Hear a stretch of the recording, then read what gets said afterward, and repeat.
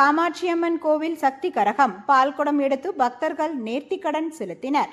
தஞ்சை மாவட்டம் பாபநாசம் தாலுகா அரையபுரம் கேட்டு தெருவில் எழுந்தருளி உள்ள அருள்மிகு ஸ்ரீ காமாட்சியம்மன் கோவில் வைகாசி திருவிழா வெகு விமரிசையாக நடைபெற்றது. திருவிழாவை முன்னிட்டு முதல் நாள் இரவு முளைப்பாரி எடுக்கும் நிகழ்ச்சியும், மறுநாள் காலை கிராமவாசிகள் குடமுருட்டி ஆற்றிலிருந்து சக்தி கரகம் மற்றும் பால்குடம் எடுத்து மேலதாளங்கள் முழங்க வான வேடிக்கையுடன் புறப்பட்டு முக்கிய வீதிகள் வழியாக கோவில் வந்தடைந்தது. அதனைத் தொடர்ந்து அம்பாளுக்கு அபிஷேக ஆராதனைகள் செய்து பக்தர்களுக்கு பிரசாதம் வழங்கப்பட்டது. மாலை அம்மனுக்கு பெண்கள் மாவிளக்கு போடும் நிகழ்ச்சியும், மறுநாள் விடையாற்றி நிகழ்ச்சியும், அன்று இரவு காமாட்சியம்மன் சந்தனக்காப்பு அலங்காரமும் நடைபெற்றது. இதில் கிராம மக்கள், பெண்கள் என ஏராளமானோர் கலந்து கொண்டு சுவாமி தரிசனம் செய்தனர். திருவிழா ஏற்பாடுகளை அரையபுரம் கேட்டுத்தெரு கிராமவாசிகள் செய்திருந்தனர்.